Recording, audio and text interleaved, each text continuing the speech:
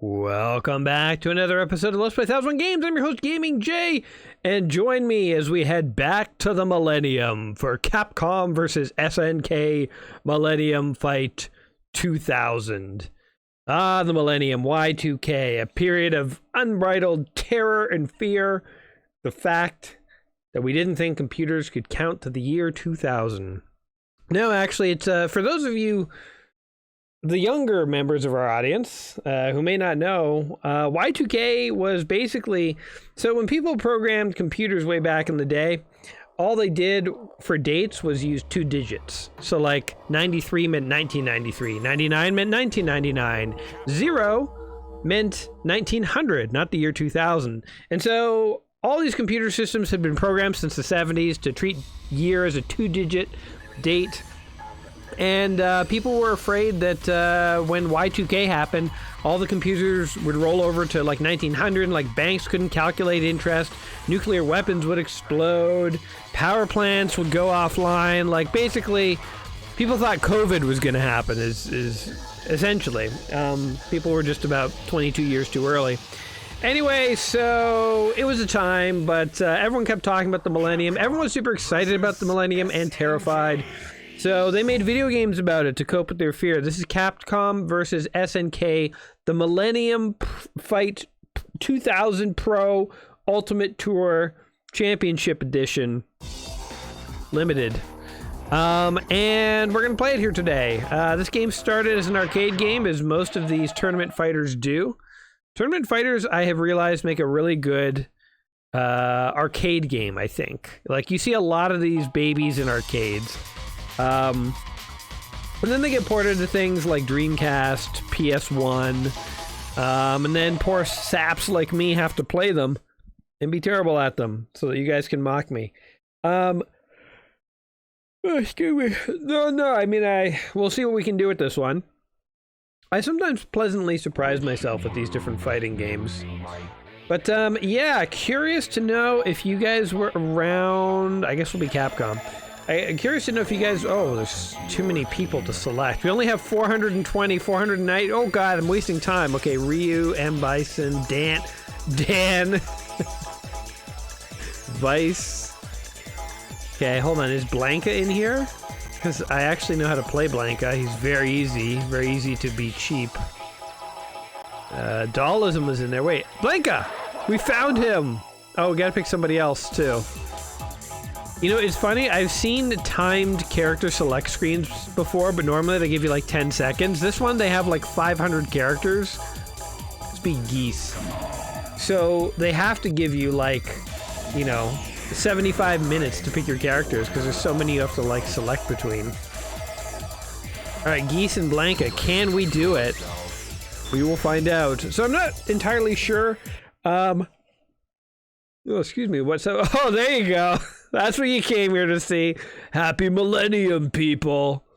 Yeah, take it all in. Breathe that baby in. Yeah, deep breaths, people. That's the Zangief you're not going to find in your dad's Street Fighter. I mean, Zangief always, oh yeah, here we go. Zangief always fought in his underwear, but I feel like when it's cartoony, you don't really think about it too much, but when it's like, I don't know if that was photorealistic, but it was more than cartoony, and it just looks funnier. Okay, I'm trying to do the move. There we go. Oh my god. The range on this electrical attack sucks in this version. Look, I'm right beside him and he's doing nothing. He grabbed me out of it. Okay, we're in a lot of trouble. I'm gonna try and see if my button mashing skills can unlock another move or two. Oh, he grabbed me. I know that Zangief's pile driver is like pretty devastating. So where I remember these tournament fighters, these like Capcom versus tournament fighters, is like Capcom versus Marvel. I remember my school cafeteria in high school, when I was in like grade 9, there was an arcade machine there, and people would eat their lunch and then go play these tournaments. You son of a bitch. Select finishing move. He didn't even pick one. That's an insult. He didn't even think I was worth the finishing move. How does he have hair on his shins? Look at that. He has a hairy chest and hairy shins. Escape from death. Oh, but now we get to kill him very easily. Let's insult him. Eat that, buddy. So I guess if you're really good and you kill the first guy and you still have a lot of health, then you have like a huge advantage against the second guy is the idea. Also, why is there like a robot that's like, final round, next fight, get ready to fight, I'm a robot. I don't know why I have an accent.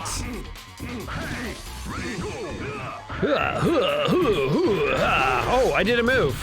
I got an A move. Oh god.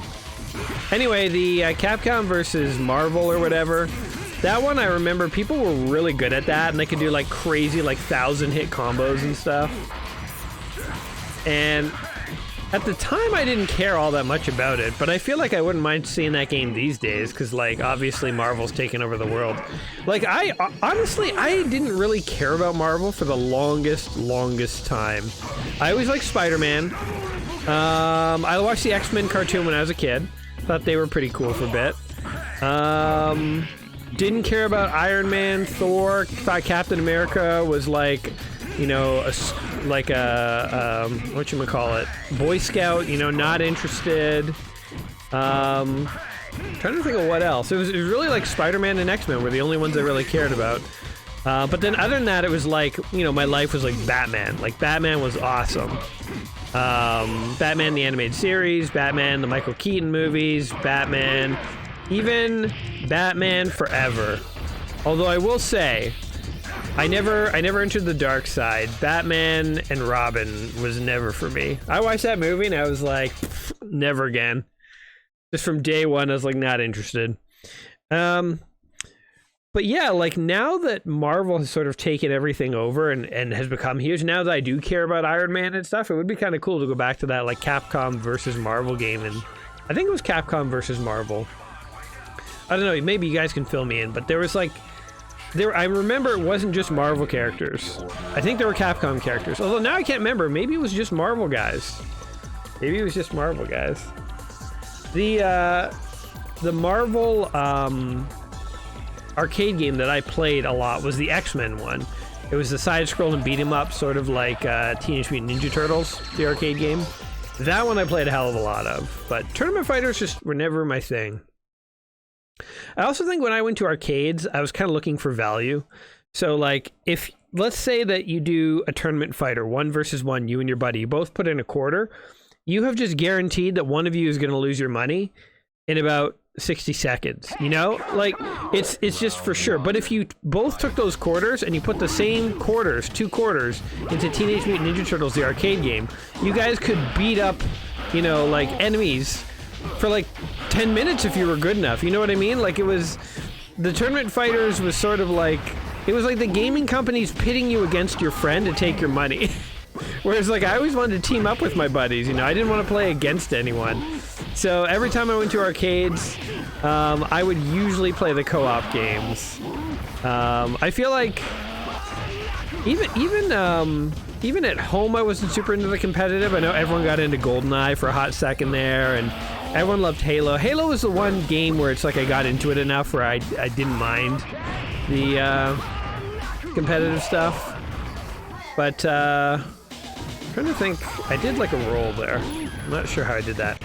Oh, there you go. Yeah, how's that not doing more damage?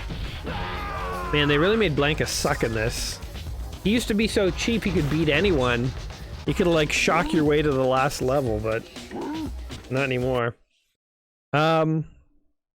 Yeah, so Halo I played competitive. I did like playing Half-Life, the first one, in LAN matches with friends. I had a friend who had like a bunch of computers networked together, and we'd play after school at his house, and he'd have LAN parties and stuff, and like that was always like a lot of fun. Ah, gotcha. So yeah, I'm gonna demonstrate my complete lack of awareness for fighting games and say this literally just feels like another Street Fighter to me.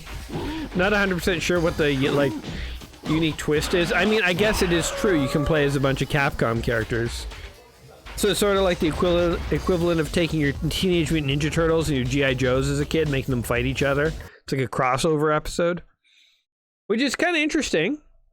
Don't get me wrong, but one criticism we've had against the book, and this isn't just the one that I've come up with, but other people have said it, although, here's a fun fact, I don't think anyone has talked about this 1001 Games Just Play Before You Die book for like 10 years. This book came out in like 2013. I think by 2018 at the latest, nobody cares about this book anymore. So we're probably like the last vestige of interest on the internet, still trying to play through this book. But like 6 years ago, when people were actually talking about the book, they did say it had too many sequels. And in particular, there's a lot of Street Fighter sequels. And if you just count the Street Fighter sequels, there's a lot. But then if you start counting things like SNK versus Capcom as like a Street Fighter semi-sequel, then it starts to become like, there's way too many fighting games in this book, I think. I don't know. But this is coming from someone who doesn't play fighting games, so maybe you're looking at this and you're like, there's not enough, baby. You know, like, load me up. We need a lot more of these bad boys. I don't know. Oh. He's picking new characters. We'll just keep fighting until we die. I mean, that's how life goes. You wake up every day and you fight until you die. Hey, Blanca. He's in like cutoffs. It's awkward. It's weird. He just looks like a crazy dude who's balding and he didn't want to admit it, so he let all his hair grow out long. Round one. Fight. Also, why is he like the original Blanca? I've got the wrong colors. He's like the correct colored Blanca. What happened to me? I'm like mutant Blanca over here. Don't like that. Aha! Blanca versus Blanca. No one can beat Blanca, except... well, not Blanca, because I'm gonna beat Blanca. Or maybe he'll beat me, I don't know. It's hard to tell who's who, really. Just throw a couple of monsters in a pit and see what happens. That was the logic for this cage match. Anyway, I feel like I've gone off on several tangents and kind of lost my focus, but, oh, come on. Yes. Oh, come on. There we go. As long as I kill the first guy with a fair amount of health on me, I feel confident about taking out the other guy. Anyway, what do you guys think? I think that, I don't know if I necessarily would have removed this game, but I definitely feel like what they could have done is cut out some of the Street Fighter sequels, because all you need is like one or two, I think, personally. And then maybe you could include this and another fighting game or two, but it's like they have a lot of fighting games in this book. And I'm really curious about, like, so for somebody who, like, not even, like, who's, like, a fighting game, like, you know, like, in love with it, but maybe just someone who, like, knows them better than me. Where would you draw the line? How many fighting games belong in the 1001 Games Just Play Before You Die book? For me, personally, as a non-fighting game, sort of external observer, I'd say you need a Street Fighter 2 Turbo, you need a Mortal Kombat, maybe like a Mortal Kombat 2 or something, or maybe not even. You need a Tekken. I think you should throw an arcade game or two in, so like the like Wolf one. Forget what the full name of it was. And then I would probably throw in like a Marvel versus Capcom before an SNK versus Capcom, but maybe there's something with the history of this that I don't fully understand or don't appreciate because I'm not a fighting game guy. And then, Virtual Fighter, that one's iconic. That one's gotta go in, because that was like the first 3D one. And then, like, I would say, like, maybe one or two more from, like, the Xbox 360 era, if you were gonna go that far, but then that's about it. That's about it. So, I don't know, what do you guys think? What do you think? Does my list cut the cheese, so to speak? Does it make the cut? Or is it a bunch of baloney? Cheese or baloney? Decide. I'm going 100% cheese. Gouda, in fact. It's a very Gouda list. I know my dad jokes are just so enthralling, and you guys, I know that's why you tune in week after week, but I'm gonna tone it down now. At the risk of losing my entire audience, I'm gonna stop making the dad jokes now. Anyway, you know what's funny is when I see a character named Geese, I think of Goose, obviously, from Top Gun. And then I just feel like Geese is like an inferior name, you know? Like, Why didn't he just name himself Goose? He thinks he's multiple geese? I mean, he did just KO that dude, so maybe he's earned that name. You crazy son of a bitch. You did it. These now loading screens are a little annoying. Final round, fight. Oh my god, I have to fight 3 people? Do I get another person after this? Ow. Am I fighting Chun-Li? No, Sakura. The hell's that? I think Sakura means, like, rose or something, or flower in Japanese. I know because there's a mech that I named Sakura for my Metal Mercs game. So, fun fact. Oh my god. Got beat up by a teenager in a skirt. Oh, she kicked her shoe off, and it bounced on her head. Quite the finishing move there. Alright, let's do one more continue. I can never tell if the game's frozen or loading. I guess loading. You know what? If you are going to play tournament fighters, I think the much better prospect is to do it like this. Let's go SNK this time. And, like, play at home, you know? What is the difference with SNK? There's still Zangief and all these people. Ken, Ryu. It's all the same people. Okay, let's do M. Bison, because he's supposed to be good, and I literally have no idea. Where's Cammy? I saw Cammy in here. Let's do it. I recognize that name. Turbo, obviously. Who plays on normal? You have to be some kind of, like, a loser, I think. Okay, they went from fighting, like, 2-on-2 to, like, 2-on-4. What happened to 2-on-3? I feel like we just totally skipped that. Or I beat it and I wasn't paying enough attention. I don't know. But this picture of Blanca and cutoffs is just doing it for me, so I'm really happy about this loading screen that we got going on here. Yeah, so if you're going to play these tournament fighters, I say play it at home with a friend. That's what I would say, because it's like at least, you know, again, in the arcades, you, yeah, look at this. Hooah, hooah. I'm gonna try and do some moves here. I can do like the jump move where I like jump over the guy easily. You know, I'm really liking M. Bison. He's just all power punches. Stop it. Oh my god, I KO'd him without even taking a single hit. I didn't even do a special move either. Because, yeah, as I said, when you play in arcades, it's really the game companies have tricked you into fighting each other, and only one person gets to go on. I wonder if you could ever replicate that at home. I guess I'm sure they've tried. I mean, there's all these, like, pay-to-win crap things they got going on with mobile games and stuff these days. Loot boxes and all that trash. You know? I feel like... So I was reading something about this recently, about how when gaming first started, it was pay to win. Because if you think about what arcades were, you know, many arcade games were designed to kill you within like 30 seconds to make you put in more money. You know, so it's sort of like this thing of like, you know, we all hate mobile games that have become like pay to win and stuff, but it's like, that's how gaming started. And then when it went into like the home market, then it's sort of like, they toned it down a bit. And then they hit a point where it's like they stopped trying to monetize it, and they just made good games. And that's why I think there's sort of like a peak era from the 80s to like the early 2000s, where it's like some of the best games ever came out.